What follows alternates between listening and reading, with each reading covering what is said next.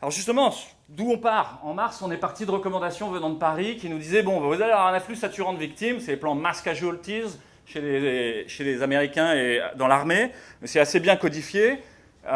Mais en fait, on n'a pas fait du tout ce qui se fait d'habitude dans l'armée. On a fait l'inverse. Parce que le dogme, c'était, attention, la transmissibilité du virus, c'est Ebola. Les soignants tombent par paquets de mille. Donc, il faut vous protéger. Et donc, vous n'avez pas le droit d'utiliser des aérosols. Vous n'avez pas le droit d'utiliser des humidificateurs réchauffeurs dans les respirateurs. Vous devez mettre des filtres qui humidifient et qui réchauffent.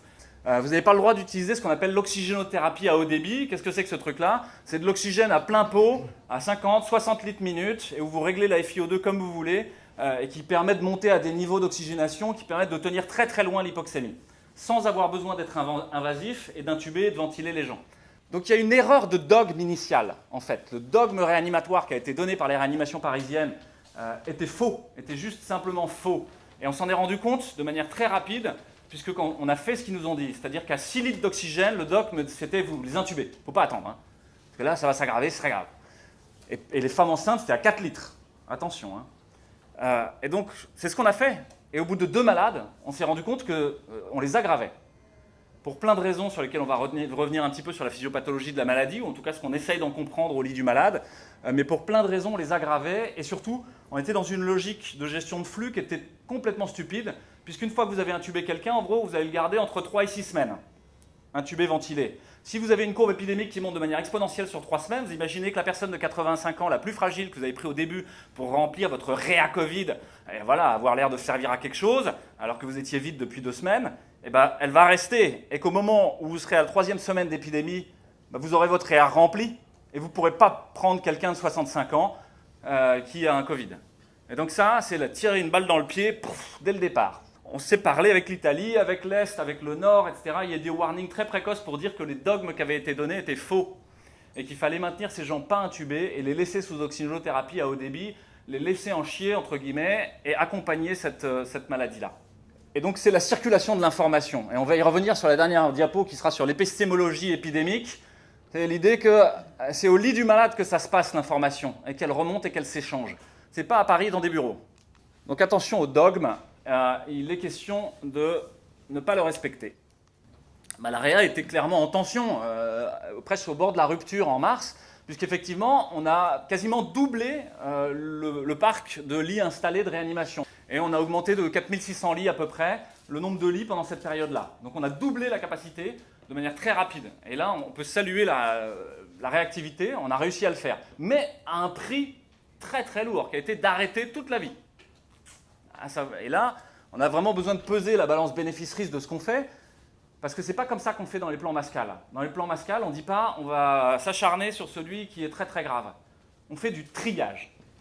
Le triage, les gens le découvrent peut-être, mais en fait c'est la réalité de la réanimation chaque jour, c'est que la réanimation est en tension en permanence. Elle est en permanence parce que vous êtes coté à la T2A, parce qu'il faut que vous fassiez plus d'actes pour moins cher, et que donc votre réa doit être remplie de toute manière en permanence. Parce que si elle est vide, on vous explique qu'on va vous retirer du personnel. Mais la réalité, aujourd'hui, c'est qu'on n'est pas du tout en tension comme ça. Ça n'a rien à voir en termes d'ordre de grandeur. Ici, l'évolution du solde de patients en réanimation quotidien. Vous voyez ce qui se passe en mars et vous voyez ce qui se passe maintenant. Ça n'a juste rien à voir. Vous avez ici sur PACA, ça c'était toute la France. Ça c'est sur PACA, ce qui se passe, c'est de ce matin. C'est-à-dire qu'en gros, vous avez 500 lits de réanimation sur PACA et vous en avez 160 occupés, à peu près. Par des patients Covid, la moitié qui sont ventilés, la moitié qui ne sont pas ventilés. Ventilés de manière invasive, j'entends, c'est-à-dire avec un tube dans la gorge, et en gros, vous êtes parti pour plusieurs semaines. Et le nombre de morts, c'est le bleu qui augmente doucement, là. On est à 59 morts depuis le 19 juillet. Et tout va bien. Respirez un grand coup, tout va bien. Donc la réalité, c'est qu'on fait peser à la société civile l'incapacité du système à être plastique, à s'adapter simplement et à gérer des flux. Ce n'est pas un problème il faut fermer les restaurants, c'est pas vrai. Qui démontrera que fermer les restaurants diminue le R0 et diminue la tension sur la réanimation? Je relirai son étude avec une grande attention, je vous assure. La réalité, c'est que non, pas du tout. Qu'est-ce qu'il faut faire? Il faut laisser les médecins prescrire et prescrire quelque chose de cost-effective. Vous sacrifiez l'économie d'un côté dans un premier choix de politique sanitaire, ou alors vous les laissez prescrire ce qu'ils veulent, qui coûte pas cher, qui n'est pas très toxique et qui peut-être pour rapporter gros. Je veux dire, quelqu'un de pragmatique, il n'a pas une hésitation, une seconde. Il laisse faire ça. Vous utilisez la médecine de ville. C'est une maladie qui, pour beaucoup, est ambulatoire actuellement. Et vous n'avez pas besoin de surcharger l'hôpital public pour ça. Vous utilisez le privé. Dans plein d'endroits, le privé n'a pas été utilisé. C'est pas vrai à Marseille, mais à d'autres endroits, il n'a pas du tout été utilisé. Vous utilisez les réseaux de soins en ville. Les gens peuvent tout à fait rester avec 3 litres d'oxygène, des anticoagulants, des antiviraux et des corticoïdes à la maison. Ce n'est pas quelque chose de compliqué à prescrire ni à administrer. Et vous utilisez l'hospitalisation à domicile. Ça, c'est juste les chiffres sur PACA pour que les gens se déstressent, quoi, hein. Tout va bien, les gars, tout va bien. On a eu 534 malades, on a 500 lits de réa à peu près sur PACA, hein. Et il y en a déjà 313 qui sont sortis vivants, et puis on a eu 59 décès. 59 décès, c'est à peu près 11% des hospitalisations en réanimation, on tourne entre 10 et 11%.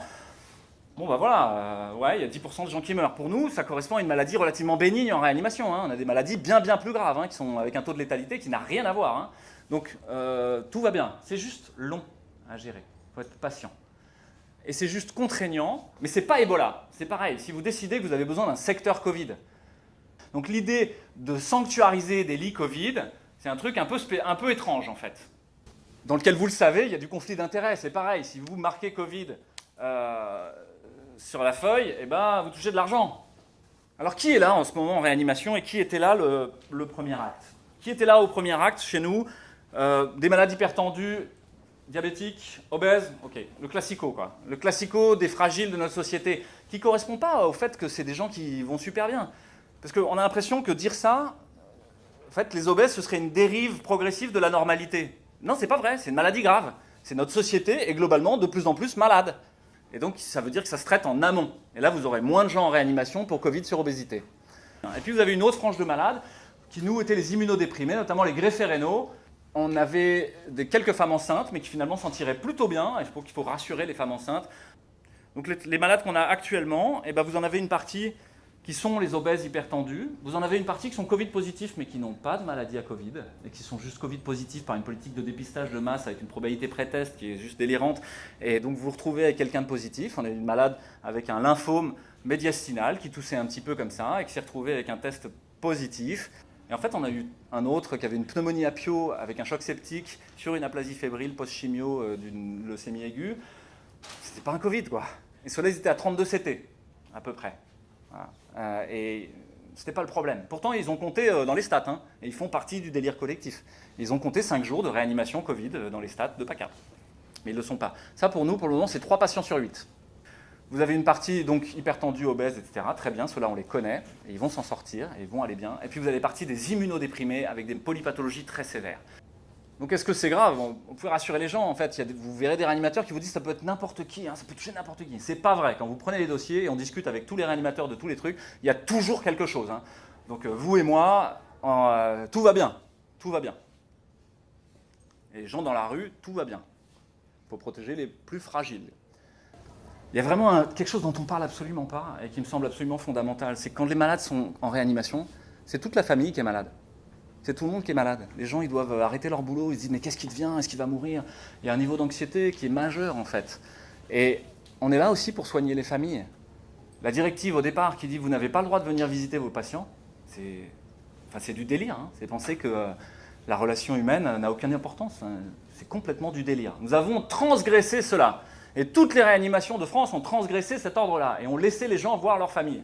Avec un horaire de visite pour certains, avec un seul dans la chambre pour d'autres, et puis avec le matos, en les protégeant, etc.